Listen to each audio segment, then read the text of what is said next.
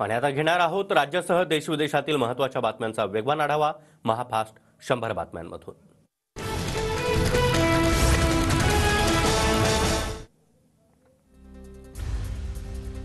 लोकसभा मतदारसंघाच्या 3 जागांसाठी मुख्यमंत्री एकनाथ शिंदे यांच्या वर्षा निवासस्थानी बैठका। नाशिक, हिंगोली आणि यवतमाळ, वाशिमबाबत चर्चा। भावना गवळी यांच्या उमेदवारीबाबत शासंकता कायम, तर हेमंत पाटील यांच्या हिंगोलीच्या जागेबाबत देखील बैठक। सूत्रांची माहिती। हिंगोली लोकसभेच्या उमेदवारीवरून हेमंत पाटील आक्रमक। मुख्यमंत्र्यांच्या वर्षा बंगल्याबाहेर कार्यकर्त्यांकडून घोषणाबाजी। हेमंत पाटील हिंगोलीचे घोषित उमेदवार, मात्र भाजपच्या विरोधानंतर कार्यकर्त्यांमध्ये नाराजी। जसा मला श्रीकांत तसा माझा हेमंत, मुख्यमंत्री शिंदे यांचे उद्गार। मुख्य प्रवाहातून हेमंतला बाजूला जाऊ देणार नाही, मुख्यमंत्री शिंदेंचं वक्तव्य। उमेदवारी जाहीर झाली होती, मात्र काही चर्चांमुळे कार्यकर्त्यांमध्ये नाराजी। मुख्यमंत्र्यांसोबत सकारात्मक चर्चा झाली, आज संध्याकाळपर्यंत निर्णय येईल, हेमंत पाटलांचं वक्तव्य। जळगावातून भाजपला मोठा धक्का बसणार, भाजपचे खासदार उन्मेष पाटील आज ठाकरे गटामध्ये प्रवेश करणार। शरद पवार गटाची उर्वरित 5 जागांची यादी आज जाहीर होणार।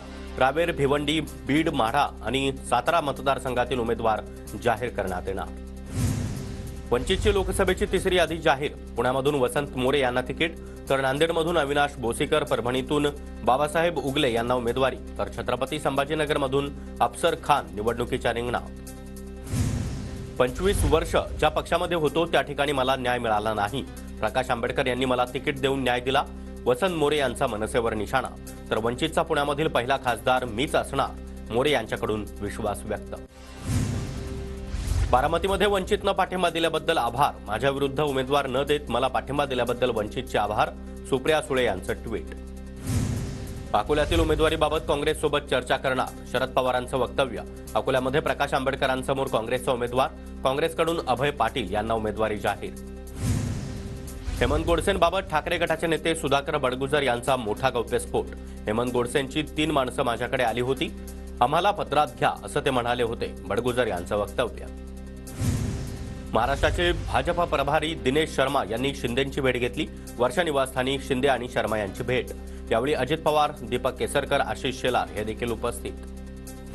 मुख्यमंत्री एकनाथ शिंदे यांच्यासोबत सकारात्मक बैठक झाली। नाशिक मतदारसंघ हा शिवसेनेचाच, सुहास कांदे यांचं वक्तव्य। हातकणंगल्यामध्ये शिंदेंच्या शिवसेनेचाच उमेदवार असणार, मुंबईतील एकही जागा सोडणार नाही, भरत गोगावलेंचं वक्तव्य। रत्नागिरी सिंधुदुर्गच्या जागेवरून महायुतीमध्ये अजूनही तिढा कायम, पक्षाने आदेश दिल्यास रत्नागिरी सिंधुदुर्गची जागा लढवणार, नारायण राणेंचं वक्तव्य।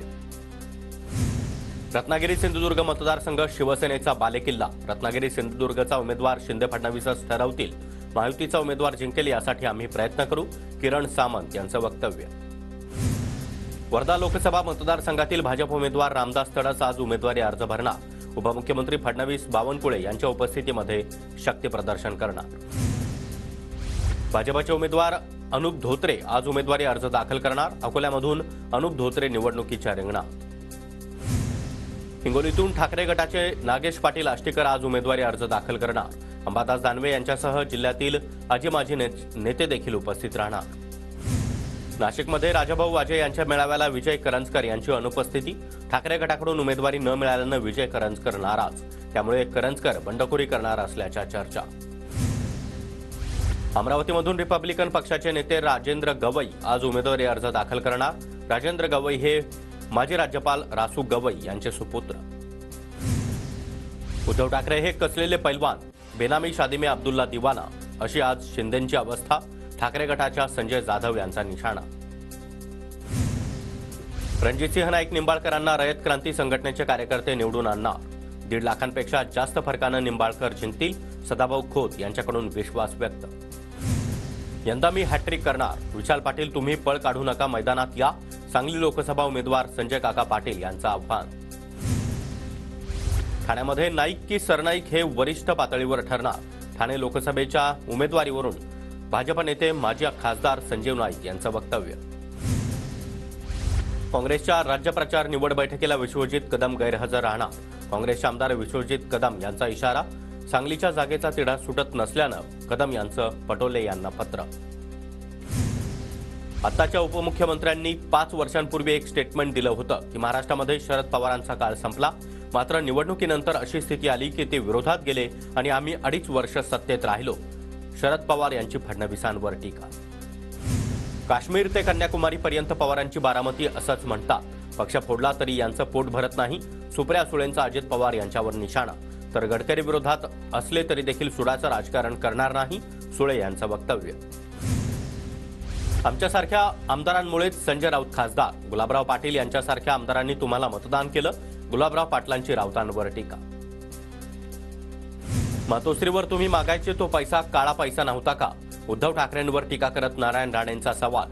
तर ठाकरेंची शिवसेना संपण्याला संजय राऊतच कारणीभूत. राणेंचा राऊतांवरही निशाणा. राहुल गांधी राजकीय नेते वाटत नाहीत, नारायण राणेंची टीका. तर सूर्यावर थुंकलं तरी स्वतःच्याच तोंडावर थुंकी पडते. नाना पटोले यांचं राणेंना प्रत्युत्तर. 13 एप्रिल रोजी होणार गोंदिया भंडारा जिल्हा राहुल गांधी यांची सभा. भंडारा गोंदिया जिल्ह्यामध्ये सर्वांना मी एकटाच काफी आहे, नाना पटोलेंचा निशाणा. मोदी आणि शहा महाराष्ट्रातील प्रचाराचं रणशिंग फुंकणार. 10 एप्रिलला मोदींची पहिली सभा रामटेकला होणार. तर 14 एप्रिलला चंद्रपुरात दुसरी सभा. अमित शहा 6 एप्रिलला विदर्भातून प्रचाराला सुरुवात करणार. आदित्य ठाकरे आज ईशान्य मुंबईच्या दौऱ्यावर. विक्रोळी मानखुर्दमधील शाखेला भेट देणार. उत्तर प्रदेशातील दुसऱ्या आणि तिसऱ्या टप्प्यातील मतदानानंतर मनसेचा निर्णय. युतीमधील मतदानानंतर कदाचित मनसेला भाजपसोबत घेतील. भाजपकडून तशा चर्चा. मनसे आणि भाजप युतीच्या चर्चांवर आदित्य ठाकरेंचं सूचक वक्तव्य.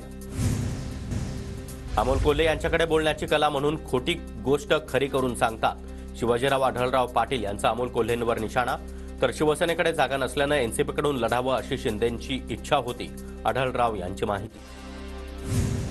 मालिका चित्रपटाच्या कामामुळे कलाकारांना लोकांच्या सुखदुःखामध्ये सहभागी होण्यासाठी वेळ नसतो.